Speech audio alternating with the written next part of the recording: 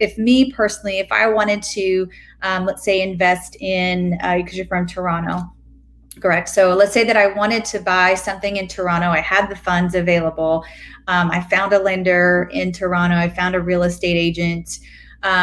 Would what types of red tape or restrictions am I looking at? And from the tax, I know from in the U.S., if you're purchasing something as a non-U.S. citizen, we have to think about the back taxes. Is it similar when we're trying to invest in Canada? Do we have to think about the taxes in those, and when we're investing in Canada? What?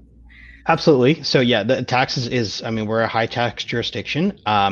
I want to be, again, preface that an accountant would be the perfect person to Okay. answer that question for the record. But in general, depending on what province, which is the Canadian equivalent of a state that Okay. you're in, certain provinces have implemented foreign buyer taxes.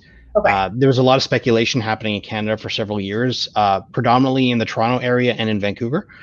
So to sort of minimize the amount of foreign speculation that's happening, they actually implemented a foreign buyer's tax. I think it's an extra 15% taxation on capital gains.